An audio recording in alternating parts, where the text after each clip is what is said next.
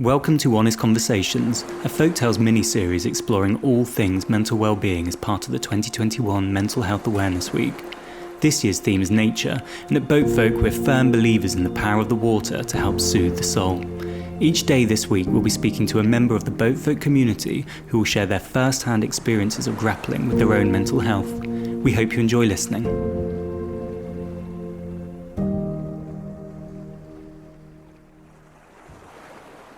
Hello, it's Ben from Haslar, and I have the great privilege of being on today with Tim Long. Hello, Tim. Hiya. Hi, Tim. Thanks for joining us. And yeah, so Tim, for those that don't know, is a Boatfolk hero, a local legend, friend, birth holder at Haslar, and he is the youngest person to have sailed single-handedly around the UK, an absolutely remarkable achievement. Tim and I are having a chat today as we mark Mental Health Awareness Week. And it's great to have Tim on. I mean, he's done such a lot for his young age. And we really want to maybe just talk through some of his experiences and the journey he's on, really with the backdrop of mental health awareness in mind. Yeah, I mean, I guess the first question, what an incredible trip you've done, Tim. And what inspired you? What was going through your mind when you picked up on the idea to sail around Britain alone? Well, lots of things. It was a really long time ago. I decided to sail around Britain when I was 13, when most 13-year-olds are probably not thinking about anything like that. But I was just craving an adventure, and I was craving to push myself and to find new limits. And that's really why I decided to sail around Britain.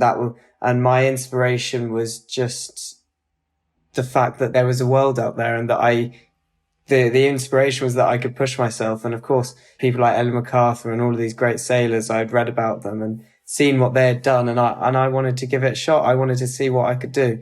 So that's what inspired me. That's absolutely brilliant, Tim. And I think part of a theme of certainly this chapter we're doing this week is about learning new things, pushing yourself, and actually how that can make you feel. And I guess from a point, 13, it's a hell of a crossroads ahead. Everyone's asking you what you want to do with your life, et cetera, et cetera. And actually to put your energies in and focus on something so epic, I mean, that gave you quite a lift, I guess. Yeah, well, definitely. I mean, especially with learning new things and how that can help with how you feel. With that in mind, it really did help. At the time, I wasn't in the best of places. Of course, you have ups and downs in life, and I was on a bit of a downer. And although that didn't directly correlate to why I decided to sail around Britain, I did notice that as I started to push myself and to really put a lot of focus into sailing around Britain and into that whole journey of learning, from the moment that I said to my teacher that I was going to sail around Britain, or my parents, to actually doing it, that whole process of learning really helped me to feel better. And it brought me out of some really difficult places, or brought me through them. That's incredible, isn't it? And there's so much to draw from what you've just said, Tim. Yeah. I think it can apply to many of us and different lives. In fact, we've got a lovely birth holder here. We have all lovely birth holders. And in fact, Tom here is saying a few months ago that he, from zero, went to doing an Ironman, and he got kind of rolled into this. He did it, and actually, since then, he's kind of got a new mindset that actually anything is possible. And he said a lot of opportunities have come his way in life since taking on that Ironman, proving to himself actually nothing is off the table. It sounds like that's probably had a similar effect with you there, Tim. Yeah, well, definitely. You're completely right there. And it is the mindset that you get from it, really. I think from learning a new skill, you develop this sort of mindset that you can do it because you're doing it, you're learning, you're proving. And I think that mindset sort of trickles down into the other areas of your life quite a lot. And so, yeah, definitely. Absolutely brilliant. No, it's fantastic. So there's a lot of challenges on you you're now 16. Can you talk through the pressures upon you at that age? I mean, how are you getting on? Well, at the moment, it's been very weird, really, with the whole COVID pandemic we've had. We've been in and out of school. We've not really seen our friends a lot. All the activities that you probably used to do, and this doesn't just relate to youngsters, this relates to everyone. They all went out the window over a year ago. And so, yeah, it's been different to an average teenager's life, I think.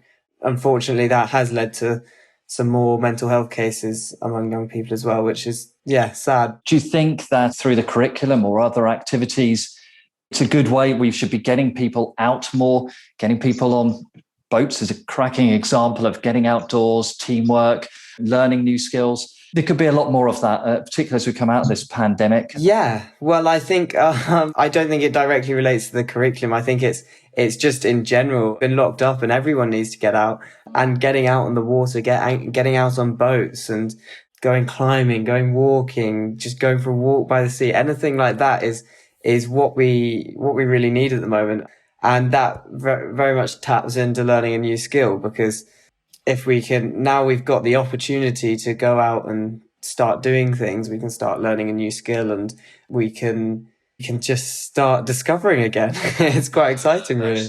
Absolutely amazing. Absolutely amazing. And talking of discovering more, learning new things, I mean, where are you at with the sailing then? At the moment, I'm trying to figure out quite a few things, the next steps. And I think for me, it's about how can I further my progression into a career in offshore sailing. And that's my real aim. I want to race around the world, and lots of people want to do it, but I actually need to do it. And it's quite difficult to get that far up the ladder. But that's what I'm trying to figure out at the moment. Amazing. But you've obviously taken faith in your achievements to date, and you do know that things are possible. I mean, you know, for many people, they've got mental, perhaps, barriers. We all do it. We kind of find reasons why not to do stuff. But you've overcome an awful lot of demons, I think, getting out there, getting your boat together, your campaign, and getting around the UK, talking through some of these, unblocking those mental barriers. I'm really taken with some quotes, you know, particularly Roger Bannister, who was the first man, obviously, to run the 4-minute mile. He said that the most important organ in the body is the brain, because it can restrict you in ways perhaps otherwise. But I love the quote where he had a particular competitor leading up to that 4-minute mile who basically declared that he did not think it was humanly possible. And Roger Bannister was asked what he thought of that quote, and he said he ignores such negative comments. Such comments sink to his feet and make him run slower. He then went on to get the 4-minute mile. And then, interestingly, once he'd done that, obviously everybody then thought, well, mentally it is possible, and many more followed after. So it's sometimes just unlocking those mental barriers, isn't it? Yeah, definitely. I mean, I think that really taps into something I've actually seen recently. To be honest, Ben, I was reading an article about this Oxford study that they did, and they actually found out that your brain only really ever allows you to use 60% of what your body can actually do, of your strength and your cardiovascular ability. Actually, we have an extra 40% locked up, and it's about learning, mentally teaching yourself how to open up that 40% and maybe get in maybe a couple more percent from that. And that's what elite athletes do. That's how they progress their performance. And so I thought that was a really interesting thing. And that definitely then again taps into learning a new skill, because if you can progress that mindset, you'll tap into a part of your brain that you never knew you had. Yeah, really draw some inspiration from that. Absolutely incredible. Interesting talking through the mentality of our approach to these things. It's the kind of process goal element, which you'll probably be aware of. And we're also result driven, but to focus on process is a good thing to do. I heard a study recently that they had 2 groups of kids actually doing jigsaws, very basically. But the teacher was very deliberately in one group focusing on the result. So if they completed a jigsaw, well done, fantastic job, you've completed it, great result, there's the finished picture, and really rewarding them with praise on the result. And then the other group was all about praising their process. I love the way you're all working together. You're just getting those pieces turned over, getting those straight bits in the corners, and just talking through the process. Both groups did well with their jigsaws. But then what was interesting was when the teacher then said, shall we move up to a more challenging jigsaw?